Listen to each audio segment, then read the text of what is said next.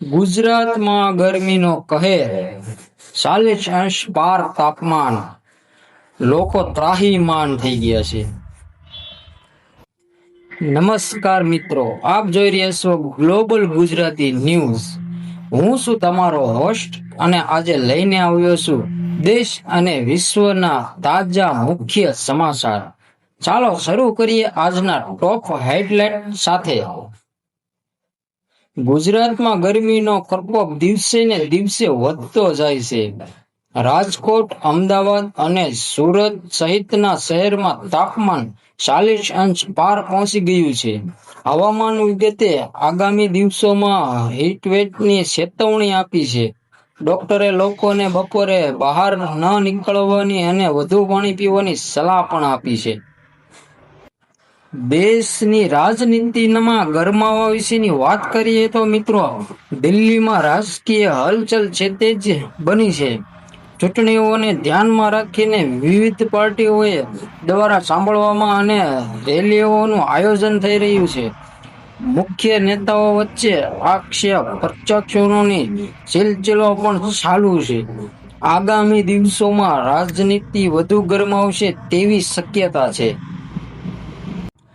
ખેડૂતો માટે મહત્વની જાહેરાતની વાત કરીએ તો મિત્રો, સરકારે ખેડૂતો માટે નવી સહાય યોજના જાહેર કરી છે. આ યોજના હેઠળ પાક વીમા અને સહાયમાં વધારો કરવામાં આવ્યો છે. તાજેતરમાં પડેલા માવઠાના કારણે ખેડૂતોને થયેલા નુકસાનને ધ્યાનમાં રાખીને આ નિર્ણય લેવામાં આવ્યો છે. ખેડૂતોમાં આ નિર્ણયને લઈને મિશ્ર પ્રતિક્રિયા જોવા મળી રહી છે. હવે મિત્રો, આંતરરાષ્ટ્રીય સમાચાર વિશેની વાત કરીએ તો વિશ્વમાં કેટલાક દેશોમાં આર્થિક મંદીનો ખતરો વધતો જઈ રહ્યો છે. તેલના ભાવમાં વધારો અને વૈશ્વિક બજારોમાં ઉતાર ચઢાવ જોવા મળી રહ્યો છે. વિશેષજ્ઞોનું માનવું છે કે આગામી સમયમાં આર્થિક સ્થિતિ વધુ પડકારજનક બની શકે છે. હવે મિત્રો, આપણે ટેકનોલોજી અપડેટ વિશેની વાત કરીએ તો ટેકનોલોજી ક્ષેત્રમાં નવી શોધ થઈ રહી છે.